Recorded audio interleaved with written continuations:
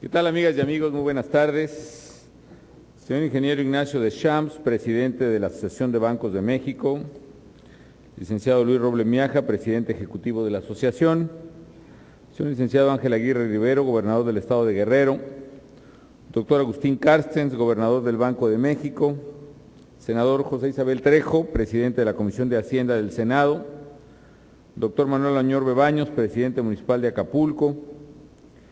Contador público Mario Sánchez Ruiz, presidente del Consejo Coordinador Empresarial.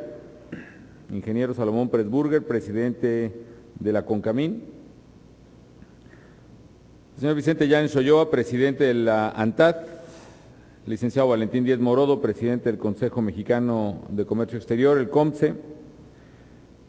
Señor licenciado Juan Ignacio Gil Antón, presidente de la Asociación Mexicana de Instituciones de Seguros. Señor licenciado Gerardo Gutiérrez Candiani, presidente de Coparmex. Señor licenciado José Méndez Fabre, presidente de la Asociación Mexicana de Intermediarios Bursátiles. Señor licenciado Juan Carlos Cortés, presidente del Consejo Nacional Agropecuario. Ingeniero Sergio Cervantes, presidente de Canacintra. Maestro Jorge Dávila, presidente de Concanaco Servitur. Licenciado Óscar Franco López Portillo, presidente de la Asociación Mexicana de Administradoras de Fondos para el Retiro. Licenciado Arturo Mendicuti, presidente de la Cámara Nacional de Comercio de la Ciudad de México. Estimado Alfredo Gutiérrez Ortiz Mena, presidente del SAT, en representación hoy aquí de don Antonio Ortiz Mena, premio de la Asociación de Bancos de México. Licenciado José Carlos Torres García, secretario general de la Federación Nacional de Sindicatos Bancarios. Estimados vicepresidentes de la Asociación de Bancos de México, distinguidos integrantes de dicha asociación, señoras y señores legisladores, distinguidos invitados especiales, amigas y amigos todos. Antes que nada, quiero felicitar muy sinceramente al licenciado Ángel Aguirre Rivero por el inicio de esta su nueva responsabilidad como gobernador del estado de Guerrero. Ciertamente son sus primeros días de gobernador ahora, aunque no son sus primeras convenciones bancarias, supongo. Ya ha tenido otras anteriormente en responsabilidades semejantes. Quiero desearle, gobernador, la mejor de las suertes para usted, para todo su equipo. Yo quiero aprovechar la ocasión para expresarle mi más firme compromiso de seguir impulsando acciones conjuntas que permitan mejorar la calidad de vida de los guerrerenses. Con mucho gusto, gobernador, le comento también que he tomado puntual nota de todos sus planteamientos. Como usted muy bien dice, quiero mucho a Acapulco. Como muchos mexicanos, aquí conocí el mar. Aquí suelo vacacionar frecuentemente, incluso mucho antes de ser presidente de la República. Conozco la pobreza de su gente, sus necesidades, y por eso y por el enorme cariño que le tengo, pues hemos participado muy activamente ayudando a Acapulco. Hemos financiado prácticamente la reconstrucción integral de su sistema de saneamiento de aguas residuales, la reconstrucción de sus plantas de tratamiento, la promoción de pisos firmes y drenajes en las viviendas más pobres. Porque conozco sus necesidades, hemos financiado infraestructura, reconstrucción de avenidas, pasos a desnivel, incluso obras de infraestructura como el libramiento y otras obras futuras que usted ha mencionado, que no serían posibles sin el apoyo del gobierno federal. Sé también, gobernador, lo importante que es para Acapulco y para los acapulqueños el tianguis turístico, y con mucho gusto le digo que no tengo inconveniente en sumarme a los esfuerzos que debemos hacer para persuadir a los operadores, a los promotores y comercializadores turísticos, tanto de México como del mundo, que fueron quienes han solicitado hacer este tianguis itinerante para que éste pueda seguirse realizando aquí en Acapulco. Sin embargo, tenemos mucho que hacer porque ahora tenemos que convencerlos no solo con palabras, sino con hechos, y aquí Acapulco también tiene que hacer su parte. Pongo un ejemplo. La depuración y el fortalecimiento de la Policía Municipal de Acapulco y de la Policía Estatal de Guerrero, que opera en el puerto, que son no solo acuerdos del Sistema Nacional de Seguridad Pública, sino obligaciones de la ley ahora, y que por desgracia no han sido cumplidas por las autoridades. Sé que el día que se cumpla con esa tarea impostergable, no solo volverá gobernador el tianguis, que esperemos que sea pronto, volverá algo más importante, que es la seguridad de Acapulco, y con ello volverá el turismo masivo nacional e internacional, y con él vendrán los Kennedy, los Rivera y los Weissmuller del futuro, que son los que Acapulco necesita.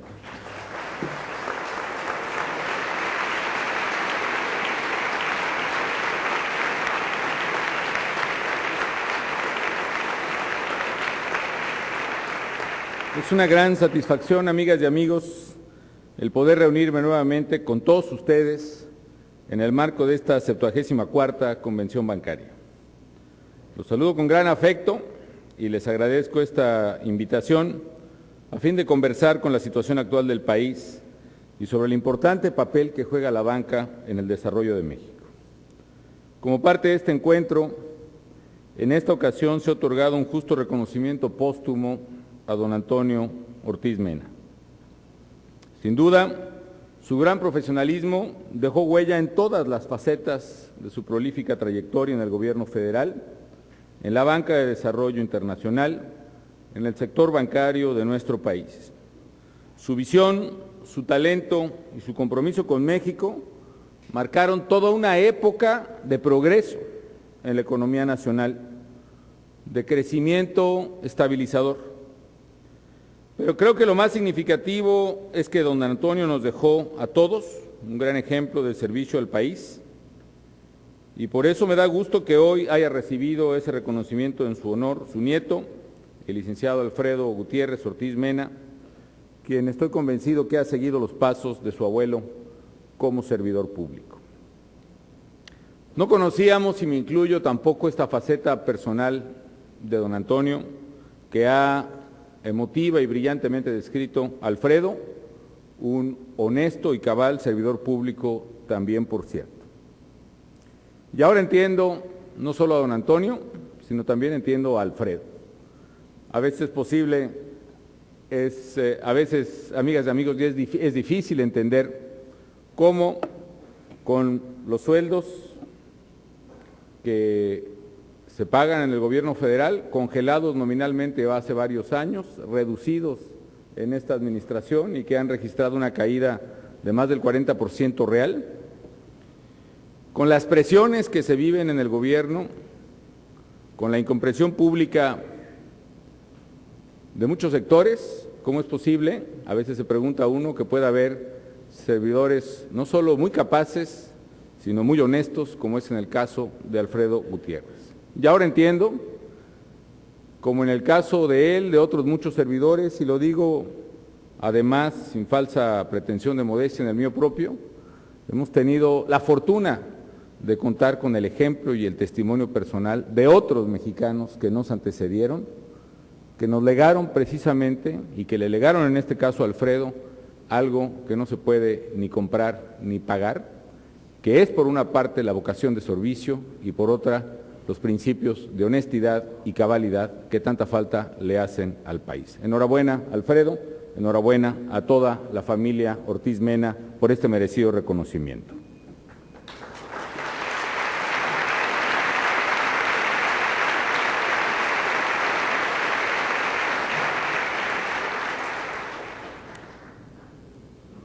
Creo que fue además ilustrativo las anécdotas y los recuerdos que Alfredo ha compartido esta tarde.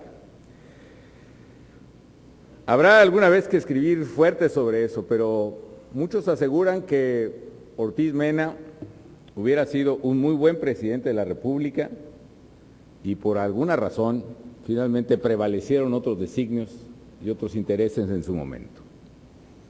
Al tiempo, se dice, y el tiempo creo que finalmente dio también su lección.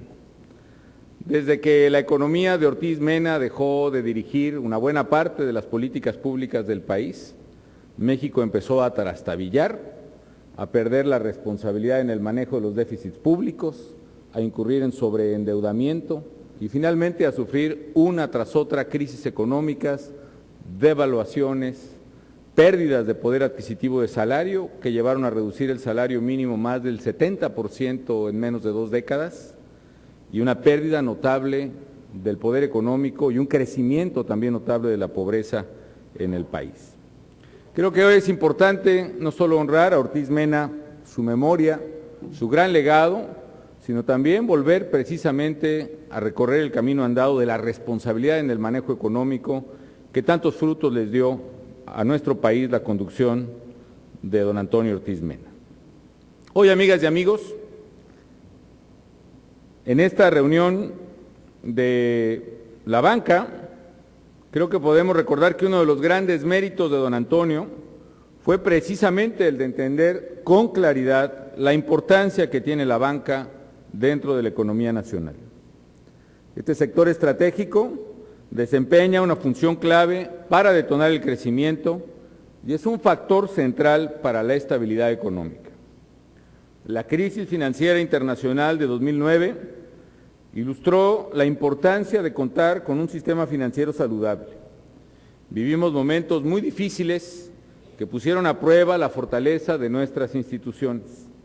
Sin embargo, a diferencia de lo que pasó con otras naciones, incluso naciones desarrolladas, en las que la crisis puso al descubierto sus debilidades sistémicas, México tuvo la capacidad para hacer frente a este desafío e hizo frente con éxito.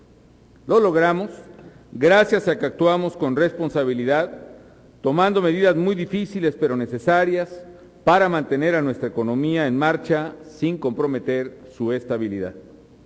Y los resultados están a la vista. El crecimiento que vivimos en 2010 fue el más alto en 10 años y seguimos avanzando a buen ritmo. El más alto en 10 años y el tercero más alto en los últimos 29 años en la vida del país. Fue el tercer crecimiento más alto dentro de los países de la OCDE y de seguir las cosas como prevemos, volverá a ser el crecimiento de México el tercero más alto este año dentro de los países de la OCDE. Me da mucho gusto anunciar incluso un cambio en las estimaciones del propio gobierno federal.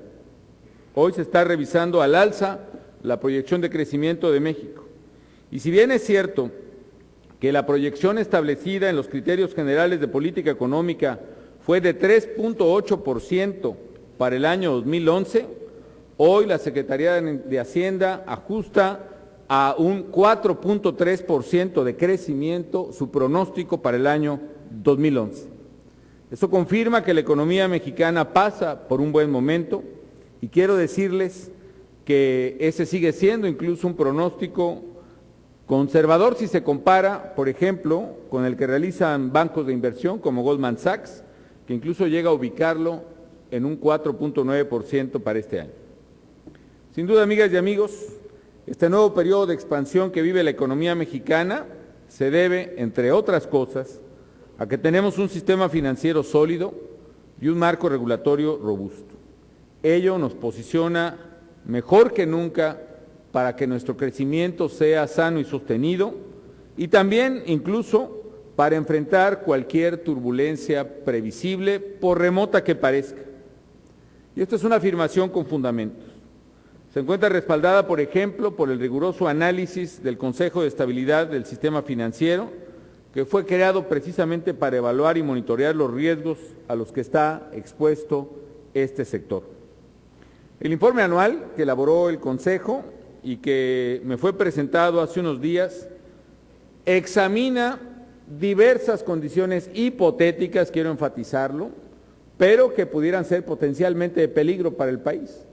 Por ejemplo, examina el Consejo de Estabilidad qué ocurriría con un nuevo freno a la actividad económica mundial, derivada por algún shock inesperado como los que recientemente se han visto, o derivada, por ejemplo, de los precios, en este caso del petróleo, de los commodities, o bien qué ocurriría, por ejemplo, si ahora los problemas graves financieros que viven naciones como Grecia, Portugal, Irlanda contagian al resto de la Unión Europea y provocaran alguna crisis económica, por ejemplo, en países como España, donde está la sede de bancos muy importantes que operan en México. Todas esas preguntas que son difíciles de formular, que quizás se hacen en discreto y en secreto, se plantean con toda apertura en el análisis del Consejo de Estabilidad del Sistema Financiero. Y concluye este análisis que aún frente a condiciones adversas tan graves, así sean remotas, tan graves como las que he descrito, el sistema bancario contaría con recursos suficientes para mantener su operación y preservar un nivel de solvencia adecuado. Aún hecho el modelaje de variables como por ejemplo una reversión en los flujos de capitales registrados recientemente. Esta fortaleza del sistema financiero, amigas y amigos, también se refleja en diversos indicadores que miden la calidad de los activos crediticios y la salud del sistema bancario en general y que ya han sido aquí comentados precisamente por el presidente Deschamps. Reitero algunos de ellos. El índice de capitalización del sistema financiero es de casi 17%, es decir, más del doble del estándar de Basilea del 8%. Al cierre de enero de 2011, la cartera vencida mostró una reducción anual real de más de 20%. El índice de morosidad de la banca bajó de 3.1% en enero de 2010 a 2.3% en enero de 2011. Recordemos que después de la crisis de 1995, este índice llegó cerca del 30% en el sistema bancario mexicano. Así pues, amigas y amigos, con indicadores robustos, el sistema financiero en México es más fuerte que nunca y eso nos da las herramientas necesarias para acotar el impacto de riesgos ajenos a nuestra economía. Si bien la solidez del sistema bancario es un importante logro, este debe traducirse en una participación más activa de las instituciones bancarias en el otorgamiento de crédito al sector productivo y en una bancarización más profunda en todo el país. A mí me parece muy interesante, señor Deschamps, el planteamiento que hace usted de la bancarización universal y con mucho gusto en el gobierno federal estamos dispuestos a avanzar rápidamente en un esquema que permita precisamente a todos los mexicanos y sin exclusiones, en condiciones competitivas, tener acceso a los servicios universales de la banca. Debemos, pues, amigas y amigos, dar los siguientes pasos. Facilitar el acceso a los servicios financieros a todos los mexicanos. La banca debe asumir plenamente el papel que le corresponde como impulsor del crecimiento económico al respaldar la labor del sector productivo con más créditos. Sin duda es muy positivo, como lo menciona el ingeniero Deschamps, que después de un periodo de acceso limitado al financiamiento privado, como resultado de la crisis internacional, el crédito empresarial haya crecido 12% anual en febrero. Estas tasas de crecimiento, además, son significativamente representativas en lo que se refiere a las pequeñas y medianas empresas. El crédito, por ejemplo, para las pymes, amigas y amigos, aumentó en un 19%. Esto se debe a varias cosas. Se debe, desde luego, a la estabilidad y solidez del sistema financiero, y se debe también al esfuerzo de política pública que se ha hecho por orientar el apoyo público y privado a las pequeñas y medianas empresas. El haber orientado los fondos para las pequeñas y medianas empresas, que se han multiplicado por 5 casi en el presupuesto federal en esta administración, el haber orientado los fondos PYME no a subsidios o transferencias directas a pymes específicas, sino como colaterales de crédito en el sistema financiero, ha permitido multiplicar ese crédito. El establecer los centros México Emprende, que dan asesoría contable, financiera y conexión directa a la banca en las distintas ciudades del país, el haber creado una política de compras del sector público a pymes, que pasó del 17,000 millones de pesos el primer año a más de 60,000 millones de pesos el año pasado. Todo ello ha hecho, y qué bueno, junto con la solidez y la visión de la banca, que crezca el crédito por primera vez en México a dimensiones importantes. El crédito, por ejemplo, de las empresas en general, ha pasado de poco más del 4% del PIB al 7.4% del PIB en 2010.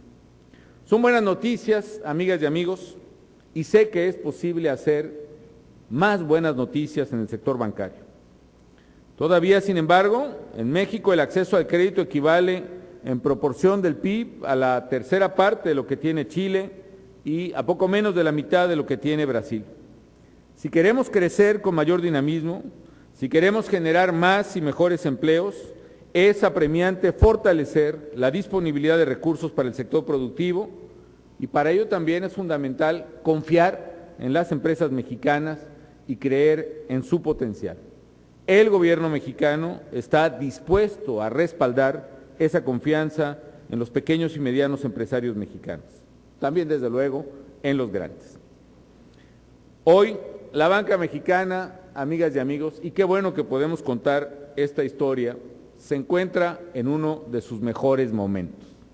Hace rato que escuchaba al ingeniero de Shams hablar de aquel terrible año de 2009, de la modificación constante de las expectativas solo que hacia abajo, de las reuniones de evaluación con tapabocas y la preocupación por el presente y el futuro de México. No puedo más que recordar ese momento difícil y contrastarlo ahora con lo que estamos viendo en el terreno económico. Tenemos muchos problemas y desafíos, sí, pero lo importante, amigas y amigos, es nuestra decisión para enfrentarlos. Y más allá de ellos, también vale la pena reconocer que en el frente económico nuestro país avanza muy bien. Hoy, precisamente ahora, en que en México tenemos condiciones económicas favorables, desde un entorno macroeconómico estable hasta perspectivas de crecimiento bien fundamentadas, hoy es precisamente cuando debemos construir las bases para una nueva era de mayor dinamismo y prosperidad. Es momento de apostar por México y por su sector productivo. Con crecimiento estable y generador de empleos, el IGAE del mes de enero presentó un crecimiento del 5.8%. La inflación dada a conocer el día de hoy por el Banco de México registró una tasa cercana al 3%, una de las más bajas en los últimos 6 años.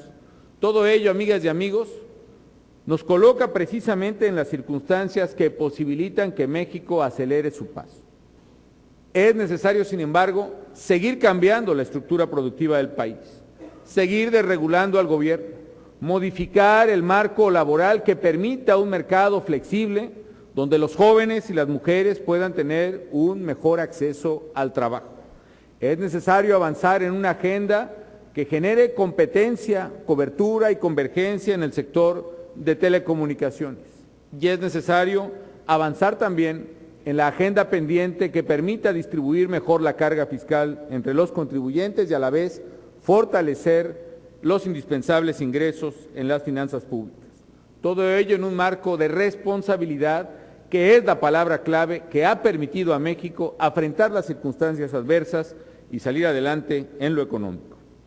Tengan la certeza, amigas y amigos, de que el gobierno federal apoyará a la banca en sus importantes funciones como un garante de la estabilidad financiera, como un impulsor del crecimiento económico. Sabemos que la estabilidad es un requisito indispensable, si bien es cierto no suficiente, sí es indispensable para crecer de manera sostenida. Por eso hemos actuado y seguiremos actuando con responsabilidad en el manejo de las finanzas públicas. Por eso hemos mejorado el perfil de la deuda pública y se han adoptado medidas precautorias y mecanismos de supervisión para eliminar riesgos sistémicos. Así, en este gobierno se han impulsado acciones decididas para proteger, para blindar incluso nuestra economía. Estas incluyen, entre otras, la renovación de la línea de crédito flexible de carácter precautorio, que por 72,000 millones de dólares, la más grande que ha otorgado el Fondo Monetario Internacional en su historia, cubre precisamente a México de cualquier contingencia, adicionales a los 122,000 millones de dólares de reservas del Banco Central. O la estrategia para diversificar nuestro perfil de deuda pública con importantes emisiones como el bono a 100 años por 1,000 millones de dólares emitido por el gobierno mexicano y que fue la mejor operación financiera en su tipo.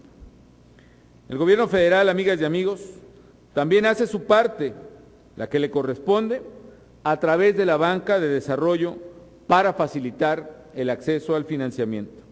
Al cierre de 2010, el crédito impulsado por la banca de desarrollo alcanzó un monto superior a los 686,000 millones de pesos. Eso incluye tanto el crédito directo prestado por la banca de desarrollo como el financiamiento otorgado por los bancos comerciales con garantías de la propia banca de desarrollo. Este monto representa una tercera parte del crédito total y nos da una idea de la importancia precisamente de coordinar los esfuerzos públicos y privados en la promoción del crédito. Esperamos que esta cifra en el 2011 crezca en casi 100,000 millones de pesos. En particular, amigas y amigos, seguiremos impulsando, y más aún, a las micro, pequeñas y medianas empresas. En estos 4 años hemos detonado créditos por más de 244,000 millones de pesos, que es más de 5 veces lo alcanzado en todo el sexenio anterior, que a su vez fue el más alto registrado hasta aquel momento. En suma, amigas y amigos, banca y gobierno debemos seguir trabajando de manera coordinada para aprovechar el buen momento que atraviesa nuestra economía y lograr que México crezca con mayor rapidez. Amigas y amigos, México hizo la tarea que le tocaba y por eso pudo enfrentar y superar la peor crisis económica de la historia y salir adelante antes y mejor que otros países. México es una nación que avanza y que avanza con confianza en su futuro. Todos tenemos un papel que jugar para asumir plenamente nuestra responsabilidad y hacer de la nuestra una de las economías más importantes del mundo, porque el porvenir de México es una responsabilidad que debemos asumir todos y cada uno de nosotros. Estamos convencidos que una banca mexicana sólida, pujante, comprometida, bien manejada, es un ingrediente fundamental para consolidar el crecimiento económico del país. Por eso tengan la seguridad de que el gobierno federal seguirá trabajando codo con el sector financiero como su socio estratégico para financiar el progreso de México. Enhorabuena, muchísimas gracias y les pediré que me acompañen a hacer la declaratoria solemne de inauguración.